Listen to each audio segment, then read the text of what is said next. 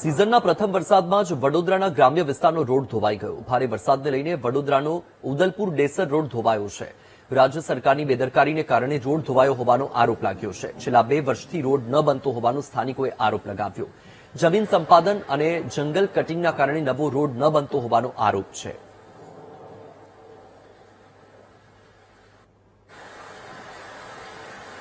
તો એક્સક્લુઝિવ દ્રશ્યો VTV news આપને બતાવી રહ્યું છે. આ દ્રશ્યો છે વડોદરાના ગ્રામ્ય વિસ્તાર. જી હા, વડોદરાનો ગ્રામ્ય વિસ્તાર ઉદલપુર ડેસર રોડ કે જે હાલમાં ધોવાઈ ગયું છે. આ પહેલા જ વરસાદની મેં આટલો મોટો ખાડો થઈ ગયો છે.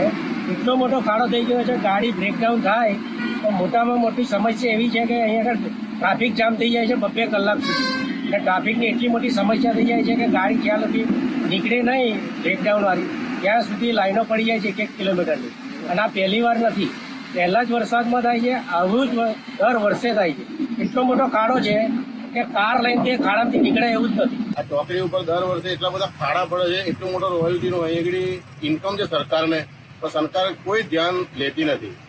અને અહીંયા બાજુમાં બ્રિજ આવેલો છે 1/2 કિલોમીટરમાં, અને એની અંદર એટલો મોટો ખાડો પડ્યો છે કે ક્યારેક બાઇક વાળો એ ખાડામાં સીધો ઉતરી જશે.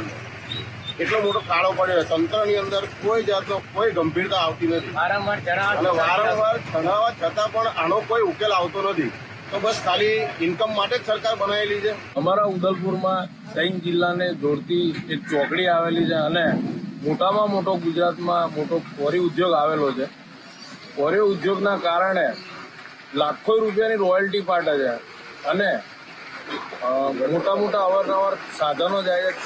એ સાધનો દ્વારા મોટા પહેલા જ વરસાદમાં એટલા મોટા ખાડા પડી ગયા છે જે બાઇકો વાળાને ગાડીઓ વાળાને કંઈ ખબર નહીં પડતી. હાથથી ડૂબી જાય એટલો ખાડો મોટો પડી ગયો છે અને કોઈક મોટી અકસ્માતની રાહ જોઈ રહ્યું હોય એવું મને લાગી રહ્યું છે.